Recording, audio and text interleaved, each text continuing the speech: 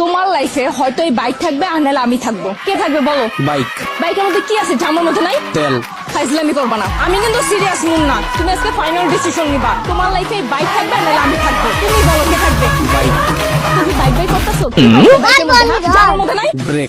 দেও বাবা দেও, বাইকের তোমাকে কি তাম গাছ লাগাইছে? ব্রেকটা যখন চাপি ও থাইমা যায়, কিন্তু তোমার ভিতর কোন ব্রেক নেই। তোমার থামতে বললে তুমি থামো।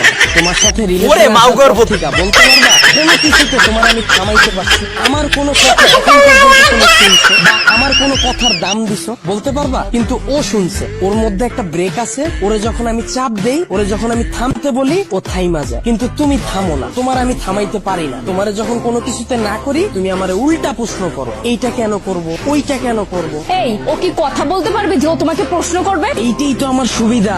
ওরে আমি যেমনে বলি, যেমনে চালাই, ও অমনি চলে। কিন্তু তোমার আমি যেমনে চালাইতে চাই, তুমি অমনে চলো না। ওরে নিয়ে আমার কোনো প্যারা না। তার মানে আমি প্যারা? অবশ্যই প্যারা। তোমারে নিয়ে আমি প্রতি মুহূর্তে আতঙ্কে থাকি। কোন ছেলে তোমার মেসেঞ্জারে নক দিল, কোন ছেলে তোমারে আবার ডিস্টার্ব করলো, কোন ছেলে তোমার প্রোফাইল পিকচারে যে একটা লাভ রিয়াক্ট দিল।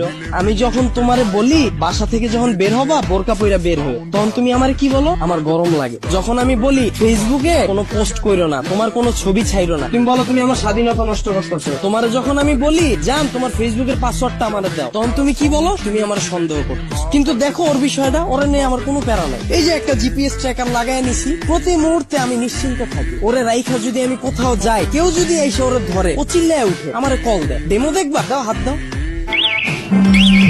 এই যে কল চলে আসছে। আবার তুমি দেখো যদি আমার কোনো ফ্রেন্ড বা আমার কোনো কাজিন আমার এই বাইকটা নিতে চায়, আমি নিশ্চিন্তে দিয়ে দিই। কারণ কি বলতো, আমার এই জিপিএস ট্র্যাকারের ভিতর লোকেশন সেট করা যায়, ও কতটুকু এরিয়ার মধ্যে থাকবে। আমার ফ্রেন্ড যখন এটা নিয়ে যায়, আমি একেবারে নিশ্চিন্তে ঘুমাই। কারণ এরিয়ার বাইরে গেলে আমার বন্ধু যাবে কিন্তু ও যাবে না। ও কতটা লয়াল একটু চিন্তা করো। কিন্তু তোমার দিকটা একবার দেখো, আমি যদি তোমারে রাইখা বিদেশে যাই, সুরঙ্গ ছবির মতো আর ফান্নিশের মতো অবস্থা হইব আমার। দেশে এসে কি দেখুন জানো, আমার বন্ধু তোমারে নিয়ে বাইকে গেছে। এখন তুমিই বল, বাইক রাখলে ভালো হবে না গার্লফ্রেন্ড? এত যে বড় বড় কথা বলতাছো, আমাকে নিয়ে লাস্ট কবে বের হইছো মনে আছে তোমার? তোমারে নিয়ে বের হয়ে আমার কোনো লাভ আছে? তোমারে নিয়ে বের হইলে 8-10টা মেয়ে যদি তাকায়, তাও মুখ ফিরিয়ে জায়গা। চিন্তা করে এটার লগে তো একটা আছে। কিন্তু যদি আমার এই বাইকটা নিয়ে বের হই, 8-10টা মেয়ের সিরিয়াল লেগে যায়। এখন তুমিই বল, তোমারে চুজ করা ঠিক হবে না আমার বাইকটাকে? এত যে বাইক বাইক করতেছো না, এই বাইক একদিন তোমার জীবনটা খাইবো। তাও ভালো, ভিতরে কোনো কষ্ট থাকবো না, গেলে গা একবারে জামুগা। মানে তোমার লগে রিলেশনে যাওয়ার পর থেকে